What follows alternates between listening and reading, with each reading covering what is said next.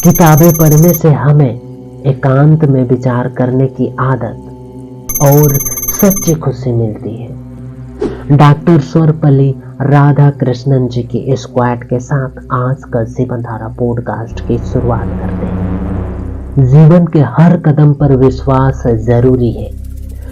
इस विषय के साथ स्वामी मुकुंद आनंद की विचारों को जानेंगे।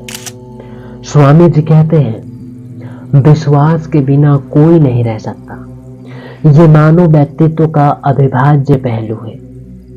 यहाँ तक कि सांसारिक गतिविधियों में भी विश्वास का होना बेहद जरूरी होता है।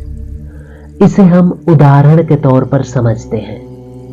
किसी होटल में भोजन करने के लिए ये विश्वास जरूरी है कि भोजन जहरीला नहीं है। इसी तरह किसी बैंक में पैसा जमा करते समय हमें भरोसा होता है कि हमारा धन सुरक्षित रहेगा और बैंक उसे हड़पेगा नहीं। इससे ये सीख मिलती है कि जीवन के हर कदम पर विश्वास की आवश्यकता होती है। हमारे जीवन की दिशा इस बात से निर्धारित होती है कि हम अपनी आस्था कहाँ रखते हैं। हम इसे भी उदाहरण के तौर पर समझते हैं। जो व्यक्ति ये मानता है कि धन महत्वपूर्ण है, वो धन इकट्ठा करने में अपना पूरा जीवन व्यतीत कर देता है, पूरा जीवन बिता देता है। महात्मा गांधी का सत्य और अहिंसा में दृढ़ विश्वास था। उनका ये विश्वास इतना मजबूत था कि उन्होंने अपनी मान्यताओं के आधार पर ही भारत के स्वतंत्र आंदोलन का नेतृत्व किया।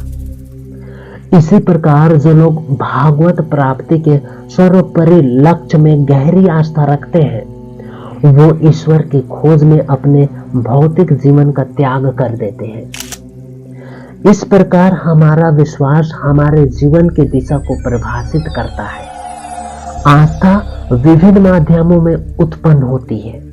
कुछ लोग इस पर विश्वास करते हैं जो प्रत्यक्ष है। इसको भी उदाहरण के तौर पर समझते हैं। लोग कहते हैं कि मैं ईश्वर पे विश्वास नहीं करता क्योंकि मैं इसे देख नहीं सकता। ऐसे लोगों को ईश्वर पर तनिक भी भरोसा नहीं होता है, पर अपनी आंखों पर भरोसा होता है। कुछ लोग परिवार और दोस्तों से राय लेते हैं, तो कुछ लोग अनुभव के आधार पर विश्वास बनाते हैं। एक छात्र टेनिस खेल में अपना हाथ आजमाता है और विफल होने पर स्वतः मान लेता है कि वो खेल में निपुण नहीं हो सकता और वो अपनी क्षमताओं पर विश्वास खो देता है। कुछ लोग सुनी सुनाई बातों पर ही विश्वास कर लेते हैं। ऐसा जर्मनी में नाजी शासन के दौरान देखा गया था।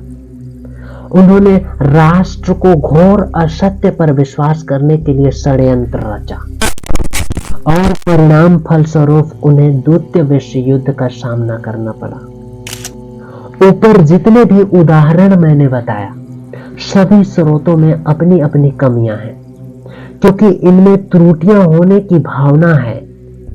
अनुचित स्रोतों पर किया गया विश्वास हमें गलत दिशा में ले जाता है और अंततः हमारा जीवन भी विपरीत दिशा की ओर बढ़ने लगता है। आध्यात्मिक पथ पर हमारा लक्ष्य ऐसे विश्वासों का निर्माण करना होना चाहिए जो आध्यात्मिक प्रगति में सहायक हो।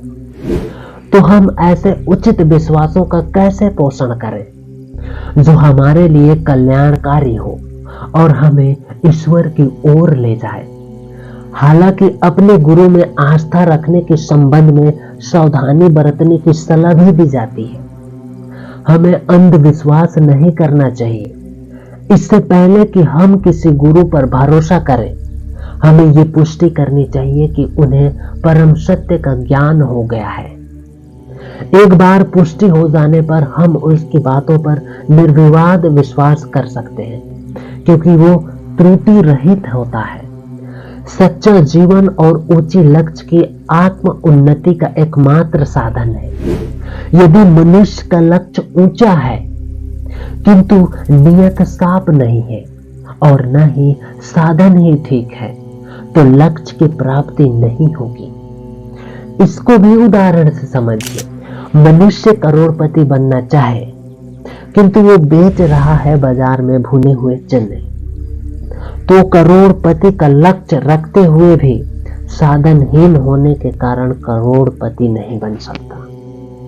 साथियों, ये तो थी आज का जीवन धारा पॉडकास्ट।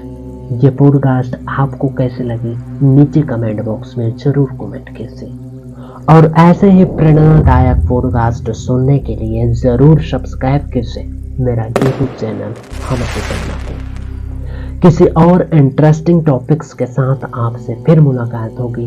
तब तक बने रहें हमारे प्रेरणा के साथ। राधे राधे।